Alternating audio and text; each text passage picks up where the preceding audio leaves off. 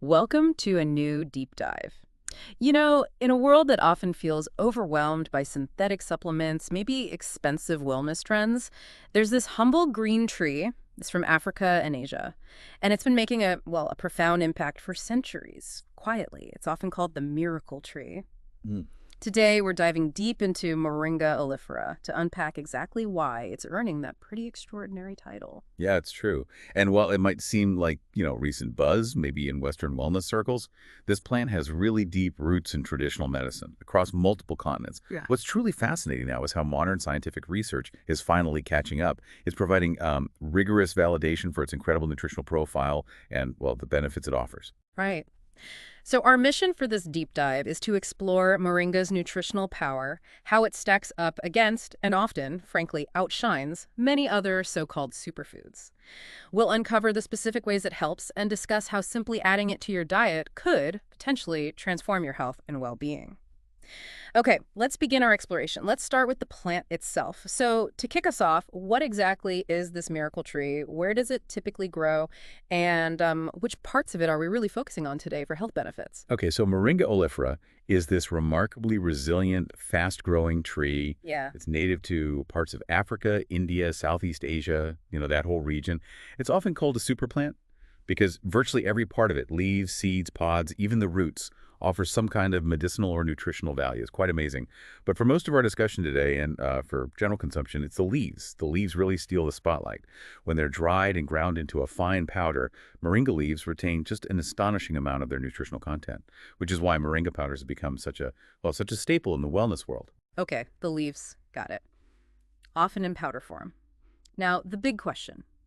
Why is it considered a superfood? And how does it really compare to the nutritional powerhouses, the ones many of us already rely on? I bet our listeners are thinking, can it really be that much better than kale or spinach or whatever I'm already using? That's a great question, and honestly, the data is quite compelling. Let's look at the nutrient content. This is for just 100 grams of dried moringa leaves. Now, keep in mind, a daily serving is much smaller, but this gives you the full picture of its density. So for vitamin C, you get about 200 milligrams. It's a whopping 7 times more than you'd find in oranges. 7 times, wow. Yeah. Then calcium. Moringa provides around 400 milligrams. It's 4 times more calcium than milk. 4 times milk, okay. Potassium is impressive too. 1,324 milligrams. That's 3 times more than bananas. Better than bananas for potassium. Exactly. And vitamin A is truly astonishing. 16,000 IU, which is about 10 times more than carrots. 10 times carrots, goodness. And iron, this one's huge. It comes in at 28 milligrams. That's a staggering 15 times more iron than spinach. 15 times spinach. That's incredible for plant-based iron. It really is. And it offers protein, too, about 27 grams per 100 gram, putting it right up there, comparable to eggs.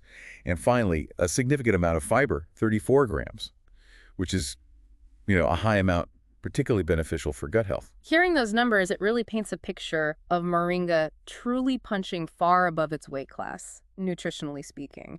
It almost sounds, too good to be true in some ways. But you mentioned it's not just about the quantities, right? It's about the overall benefits. Exactly. That's the key point. What's truly fascinating here isn't just the sheer volume of nutrients, the unique synergy and the comprehensive benefits they provide together. Take the protein, for instance. Moringa leaves contain all 9 essential amino acids. Well, not. All 9, which makes it a complete plant-based protein. And that's genuinely rare in the plant kingdom. Most plant proteins are incomplete. They lack one or more of those essential building blocks.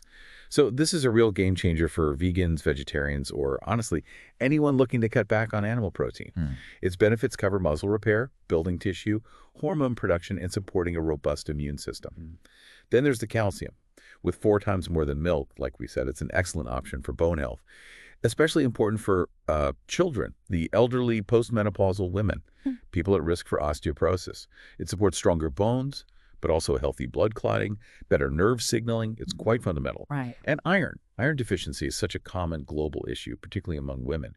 Moringa's superior iron content, 15 times spinach, makes it a natural way to support red blood cell production, help prevent anemia, and the result of that, boosted energy levels, better oxygen circulation, and just significantly reduced fatigue, things people really feel. That fatigue point is huge for so many people. Absolutely. And vitamin A, absolutely critical for eye health, skin repair, immune defense.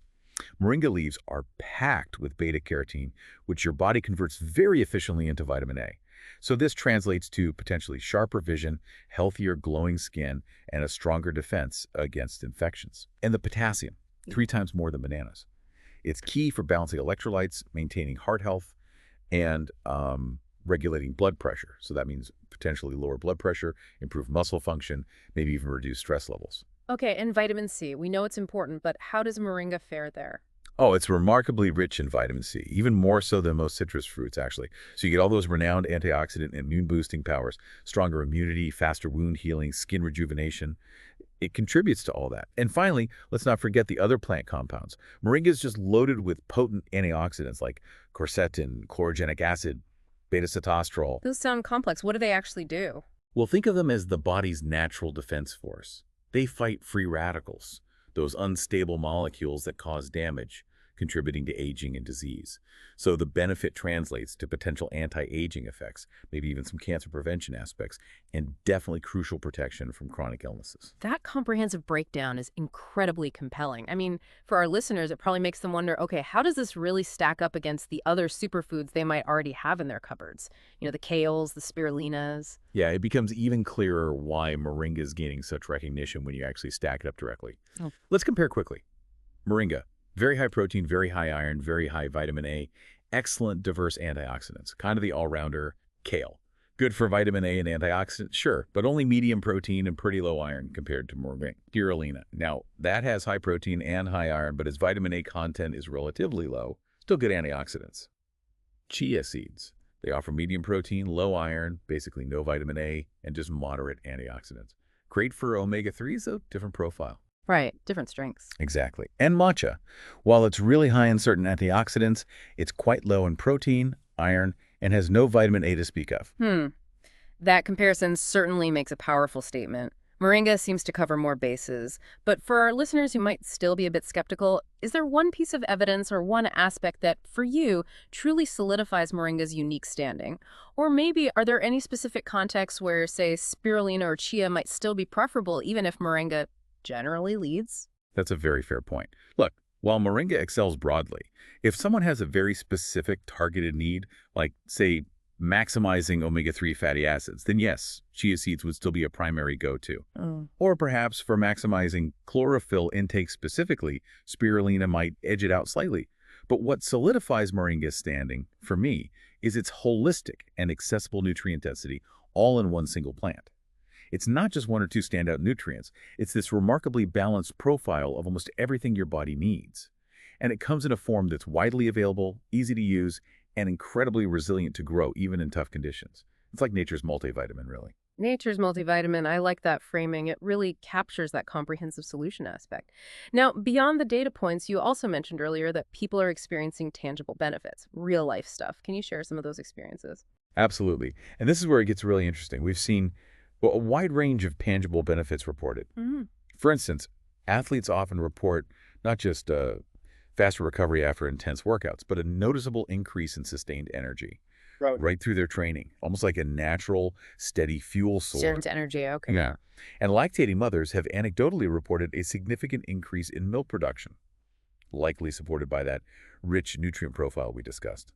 We also hear from elderly individuals who often notice improvements in joint health, less stiffness maybe, and just a general boost in energy and vitality, feeling a bit more pep. That's wonderful. And we've even seen cases where cancer survivors use it during their recovery phase to help rebuild their immunity, manage inflammation, as part of their overall wellness plan, of course. That's incredibly powerful. Actually, we have a direct quote that speaks to this kind of transformation. I used Moringa while recovering from prostate cancer, and I've never felt this healthy in years. It's now my staple food. That's from Mondem Rosamo, who's 71. So with endorsements like that and all these potential benefits, the next logical question for anyone listening is, how can you actually add Moringa to your daily routine? What are the practical ways? Right. And the good news is there are several wonderfully easy ways to incorporate it. Probably the most common is Moringa powder. You can simply add a teaspoon, maybe start with less, to your smoothies, juices, or even stir it into soups or stews near the end of cooking. Then there's Moringa tea. That can be quite a soothing daily ritual, and some find it helps with digestion. For those who perhaps don't quite appreciate the earthy green taste of the powder, Moringa capsules are an ideal, really convenient option. Just swallow and go. Taste is definitely a factor for some people. It can be. And if you're lucky enough to have access to it, you can use fresh moringa leaves, just like you'd use spinach, in salads, stir fries, stews, any cooked dish, really. That's fantastic. It sounds incredibly versatile. And maybe a crucial tip for our listeners, especially when introducing any new supplement or food like this, start small, right? Maybe about half a teaspoon of powder per day, and then gradually increase it as your body adjusts, just to avoid any, digestive surprises. Absolutely. That's really important advice. Let your system get used to the new fiber and nutrient load. And while moringa is generally considered very safe when taken in recommended doses, there are, of course, a few important considerations for listeners. Firstly, always avoid the moringa root and bark in large amounts. These parts contain compounds that could potentially be toxic in high doses. Now, you won't typically find these in common supplements. They almost always focus on the leaves, but it's just good awareness to have. Right, stick to the leaves or leaf powder. Exactly. Secondly, pregnant women should definitely consult their doctor before taking moringa. There's limited research on its effects during pregnancy, and some traditional uses of the root have been linked with uterine contractions, so caution is advised. Best to check. We also recommend introducing it slowly, as you just said, to avoid any initial digestive upset. Give your body time to adapt. And crucially, always choose organic and, if possible, lab-tested moringa. This is really important. Why specifically lab tested? Well, like many plants, moringa can absorb things from the soil it grows in, including potentially heavy metals if the soil is contaminated. So choosing organic helps avoid pesticides, and lab testing provides an extra layer of assurance that you're getting a pure, clean, uncontaminated product. Quality really matters here for safety and effectiveness. Good point. Quality control is key. So, wrapping this up, what does this all mean? We've taken quite a deep dive into moringa today, and it's pretty clear why this truly remarkable plant is earning that miracle tree reputation. It really is. It's natural, it's surprisingly affordable compared to many supplements, it's easy to consume in various forms. And now, it's powerfully supported by both centuries of traditional wisdom and a growing body of compelling modern science. It truly seems to embody that phrase, food is medicine, in a profound way.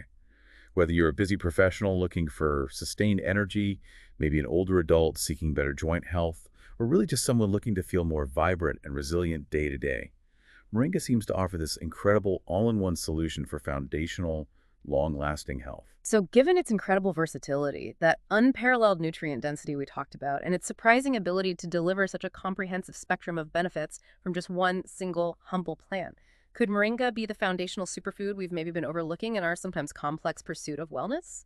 Something for you to mull over. Thank you for joining us on this deep dive.